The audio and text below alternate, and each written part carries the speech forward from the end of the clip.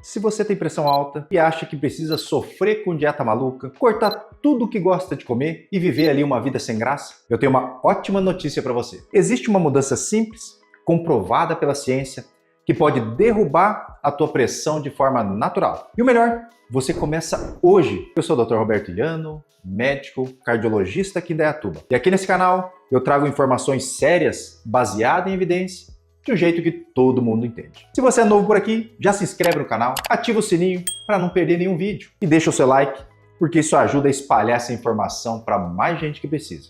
E no final, não esquece de compartilhar. Combinado? Então vamos lá? Eu vou ser muito direto com vocês. A maioria das pessoas que tem pressão alta fica procurando uma fórmula mágica, um chá milagroso, um suplemento caro, uma dieta da moda que promete resolver tudo em 7 dias. E sabe o que acontece? A pessoa não consegue manter e ela acaba desistindo. E a pressão continua lá em cima, fazendo estrago silencioso no teu coração, destruindo teus rins, o teu cérebro e até seus olhos. Hoje eu quero falar de uma coisa diferente. Eu quero falar sobre a mudança mais simples, mais barata e mais poderosa que você pode fazer para controlar e abaixar a tua pressão arterial. E essa mudança tem nome: redução do sódio e escolha inteligente do sal que você usa na tua casa. Calma aí, não fecha o vídeo. Eu sei que você já ouviu isso antes, mas eu aposto que você nunca ouviu da forma como eu vou te explicar agora. E eu vou te mostrar números que vão te impressionar. E outra coisa, vou fazer uma comparação entre os tipos de sal. Sal do Himalaia, sal marinho, sal light, e você vai entender qual que é melhor para a tua saúde. Vamos entender o básico. Quando você consome muito sódio, o teu corpo precisa reter mais água para diluir esse sódio do sangue. Mais água no sangue significa mais volume circulando. E mais volume de líquido significa mais pressão contra a parede das suas artérias. É simples assim.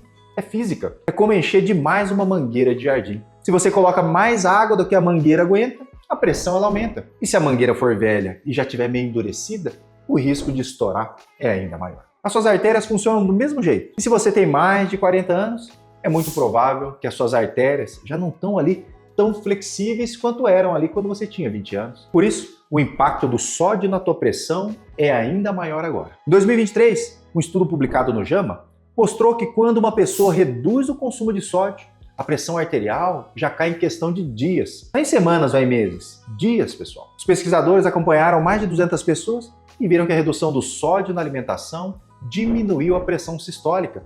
Em média ali 6, 7 milímetros de mercúrio. Aí você pode pensar, só isso? 6 ou 7 pontos? Deixa eu te explicar uma coisa importante. Uma redução de 5 milímetros de mercúrio na pressão arterial sistólica, mantida ao longo do tempo, já reduz o risco de infarto em cerca de 20% e o risco de AVC em cerca de 30%. Isso está publicado na revista Lancet. Tem mais.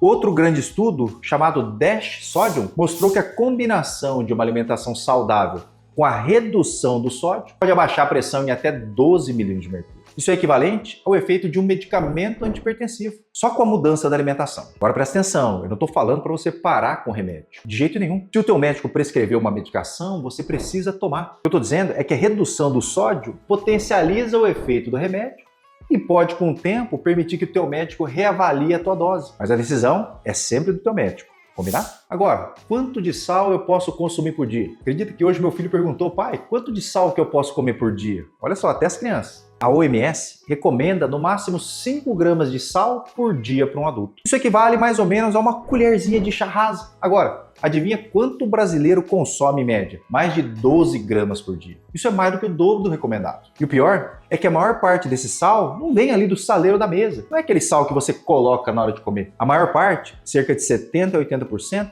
vem dos alimentos prontos, processados, que você compra aí no mercado. É o presunto, é a salsicha, é o macarrão instantâneo, é o pão de forma, é o queijo processado, é o temperinho pronto aí que você usa, é o caldo de carne que você usa para temperar ali o teu feijão. Tudo isso é carregado de sódio. E muitas vezes você nem sente o gosto do sal, porque o açúcar e os outros sabores acabam mascarando. Existe um sal que é melhor?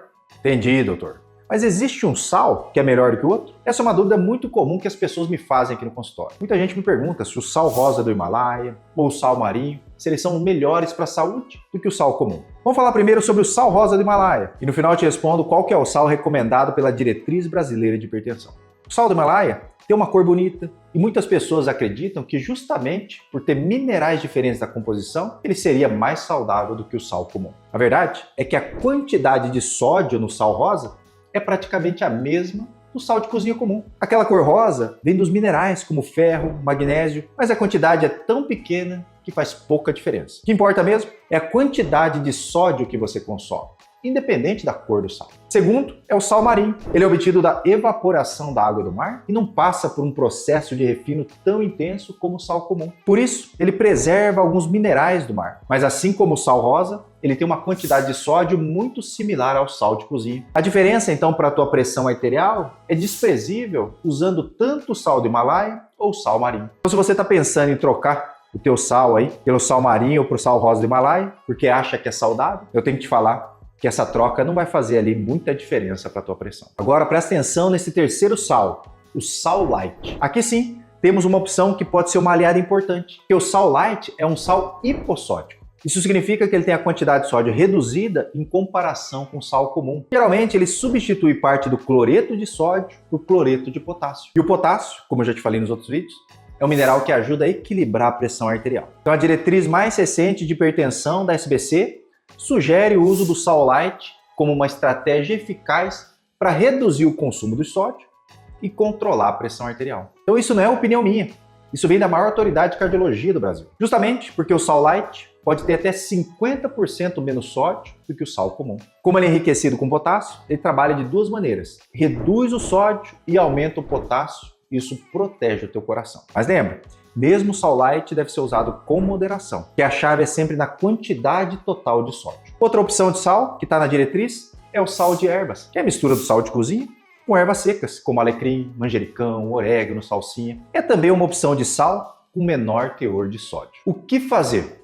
Agora, vou te passar duas mudanças simples e práticas que vão mudar a tua saúde. Primeira, começa a ler o rótulo dos alimentos. Procura a palavra sódio na tabela nutricional. A recomendação é não ultrapassar 2 gramas por dia. Um pacote de macarrão instantâneo, por exemplo, pode conter quase tudo ali num pacotinho só. Quando você começa a ler os rótulos, você muda o teu comportamento naturalmente. Segunda, troque o sal que você usa em casa pelo sal light. É menor mudança com maior impacto. Então você tem 2 benefícios simultaneamente. Outras dicas que dou aqui para os meus pacientes. Número 1, troque temperos prontos por temperos naturais. Usa ali mais alho, cebola, limão, salsinha, cebolinha, orégano, cúrcuma, pimenta. Número 2, cozinhe mais em casa e coloque sal ali só no final do preparo. Número 3, cuidado com os vilões disfarçados, como o pão de forma, por exemplo. Ele não é salgado, mas é cheio de sódio. Número 4, aumente o potássio da tua dieta.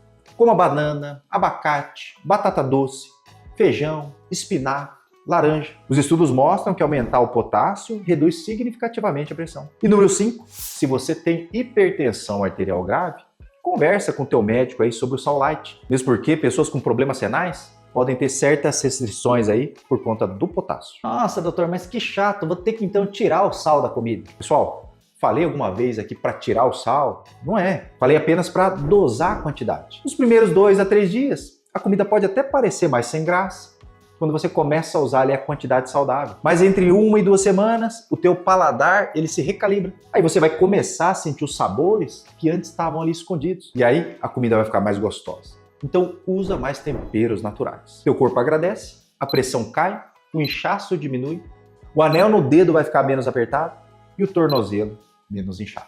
E até a balança pode mostrar 1 ou 2 quilos a menos aí. E claro, o seu coração, os seus rins e teu cérebro vão trabalhar com menos sobrecarga. Pessoal, controlar a pressão não precisa ser sofrimento. Vocês viram, hein? Uma única mudança de hábito, feita de forma consistente, já traz um resultado excelente. Reduzir sódio e escolher sal light é a mudança mais fácil que você pode fazer aí na tua casa. É simples, é barata, é acessível. Se você gostou desse vídeo, deixa o like, se inscreve e compartilha com aquela pessoa que tem pressão alta. Pode ser o teu pai, tua mãe, teu irmão, teu amigo, aquele colega de trabalho que vive reclamando que a pressão está mal controlada. Manda esse vídeo para ele. Eu vou ficando por aqui, o recado de hoje é esse. Um grande abraço e até a próxima.